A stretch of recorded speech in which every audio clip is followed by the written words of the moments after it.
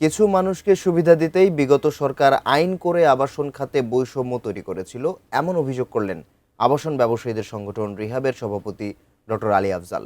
বললেন, সেই ভুল নীতির মাসুল দিচ্ছেন ক্রেতা, ভবন মালিক এবং অনেক ডেভেলপার কোম্পানিগুলো। শনিবার রাজধানীর বসুন্ধরা আবাসিক এলাকায় কিউব উচ্ছ্বাস নামে একটি ভবন নির্মাণের উদ্বোধন উপলক্ষে আয়োজিত অনুষ্ঠানে তিনি এসব অভিযোগ করেন। বলেন, এক দেশে এক নীতির পরিবর্তে বিগত সরকার গুটি কয়েক মানুষকে সুবিধা দিতে এলাকা ভেদে রাজধানীতে ভবনের উচ্চতা নির্ধারণ করেছিল, যা সম্পূর্ণ অযৌক্তিক।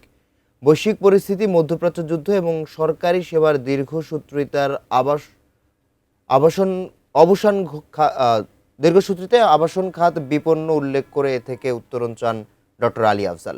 অনুষ্ঠানে রিহ্যাবের সিনিয়র সহসভাপতি আব্দুর রাজ্জাক সততার সাথে ব্যবসা করতে সদস্যদের প্রতি আহ্বান জানিয়ে বলেন, গ্রাহকদের হয়রানি এবং প্রতারণার সুযোগ শেষ করে আনতে চায় রিহ্যাব।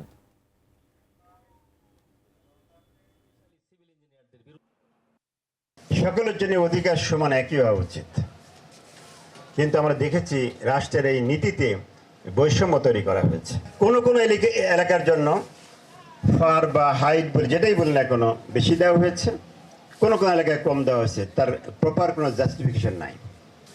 এটা হতে পারে না।